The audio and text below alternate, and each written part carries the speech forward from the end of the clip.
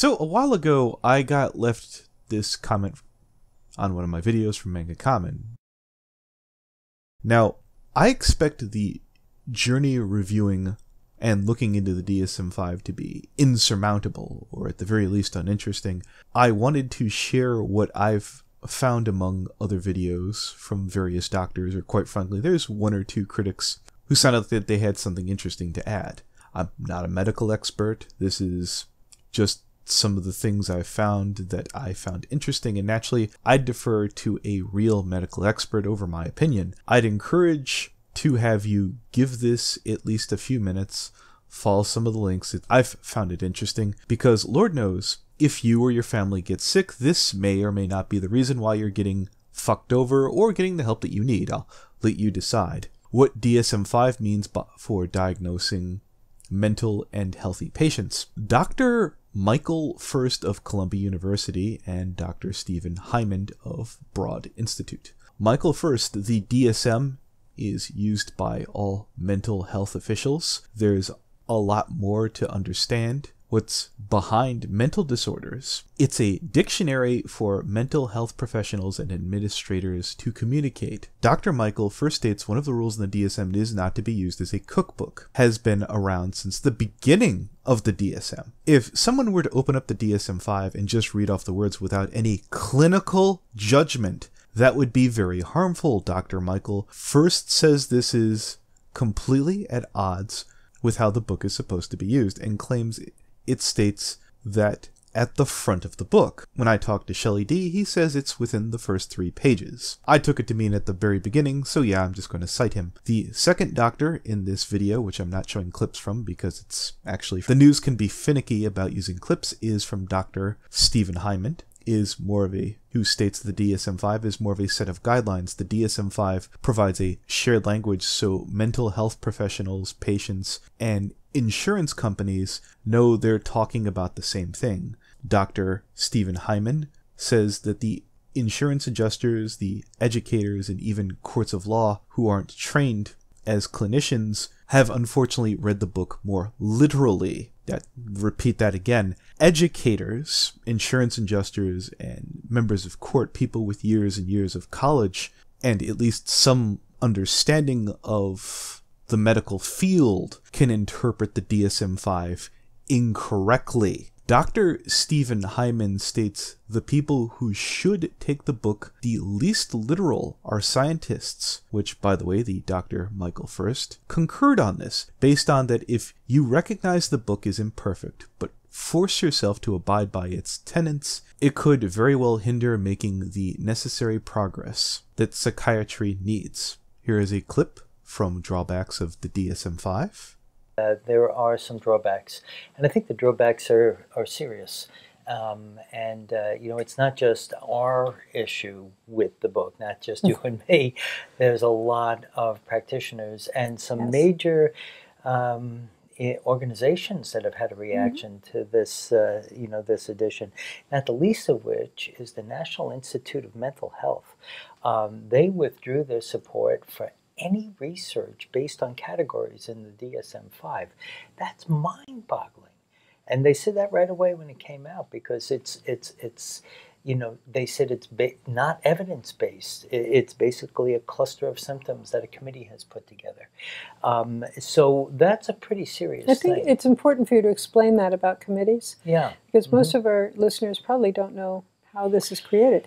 There's a group of experts that get together and they review the literature. They try to understand what's new. What's, for each diagnosis, each right? diagnosis, right. each area, and all the specifiers, all the criteria that has to be met. And you know, what are we going to call this diagnosis, and who's affected by it, and who's most vulnerable? They try to do all that research, but at the end of the day, research changes. It's not always conclusive.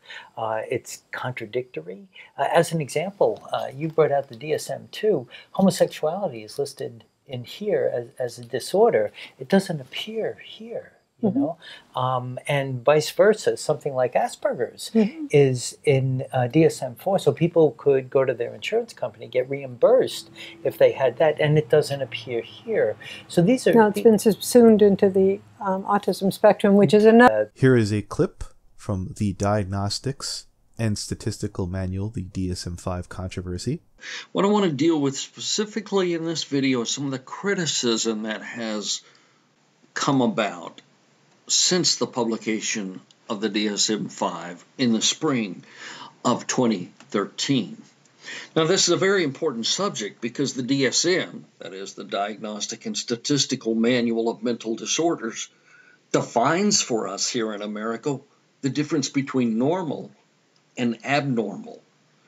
It helps us to understand what a mental disorder is, and it tells us what mentally normal is and what mentally abnormal is. It tells us such things as when treatment is required and who's going to be paying for it, what insurance companies will pay for, because it is a coded diagnostic manual.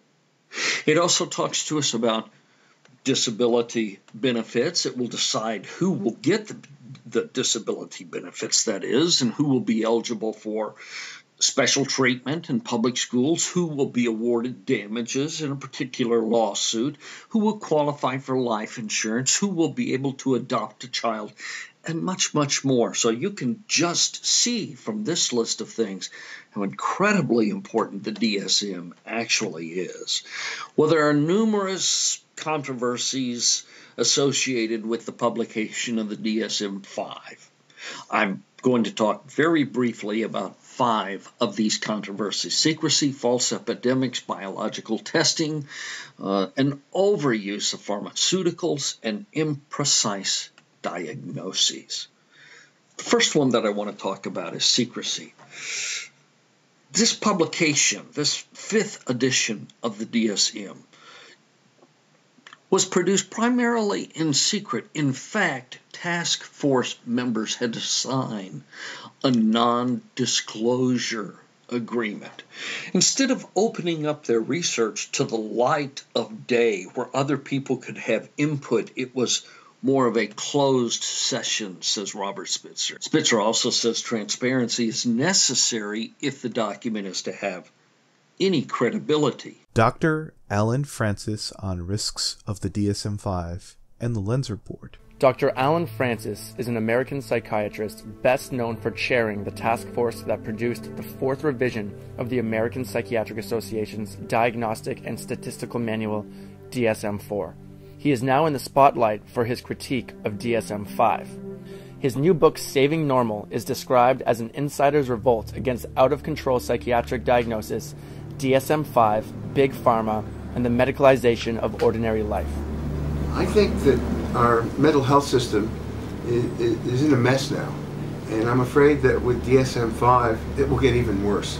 People who are essentially normal are being diagnosed with mental disorders they don't have and being treated with potentially harmful medication they don't need.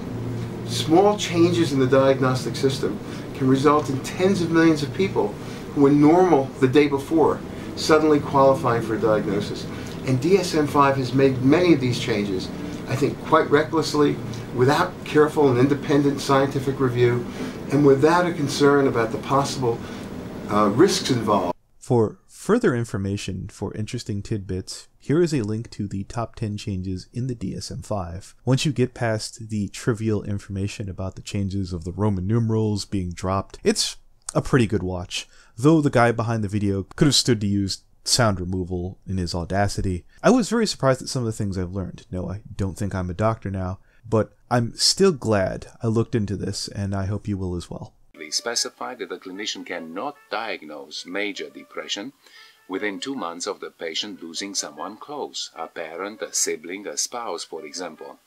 DSM-5 said, forget about any losses. If the patient meets the criteria for major depressive episode, then this is what we will call it, and most importantly, this is how we will treat it from now on. The public reacted to this as if psychiatrists are heartless beings, or maybe some aliens living on another planet that have no clue what it means to be human. But the 2 months exclusion criteria had several problems. First, it implied that after you lose someone close, 2 months is enough to heal, while most of the therapists see that bereavement needs closer to 1 or 2 years to run its course, and many parents would tell you that they never actually stop grieving after decades of having lost a child. Second, it delayed the treatment of major depression by 2 months at the detriment of the patient, who had to wait for that long to quote-unquote qualify. And I'd like to read it off now. If I could say something about the DSM-5, Vita does know that it has been heavily criticized, right? Heck, he's treated it as a Bible, when that's not the case, especially when the process of how it was made. There was even a book by Eric G. Walden, The DSM-5 Changes and Controversies, where he said, and I quote, "All work, group, and task force members were required to sign a confidentiality agreement imposing restrictions on unpublished work, discussions, internal communications, and written or unwritten information about the manual's development. Especially, people were not allowed to speak about it, so how could anyone offer a decent enough feedback to create a reliable diagnostic tool? Hell, the DSM-5 created disorders without a lot of investigation, and normally there's supposed to be a process for actually getting it in the DSM-5. Basically, conditions for further study before being an official disorder. However, the DSM-5 managed to get past all of that for a good number of disorders weren't in the previous DSMs. In addition, the DSM-5 has been criticized for purposely saying nothing about biological underpinning of mental disorders. And there were even criticisms about the highlighted subjects. But since I'm tired after work, I'll link an article about it. Think of it what you will. I'll include this link down below. TLDR, taking the DSM-5 as gospel is really dumb, especially since it comes under fire by a ton of professionals, received many criticisms of its processes, how it was able to add so many other diseases, and if I can be cheeky, you built your argument off an argument ad dictorum.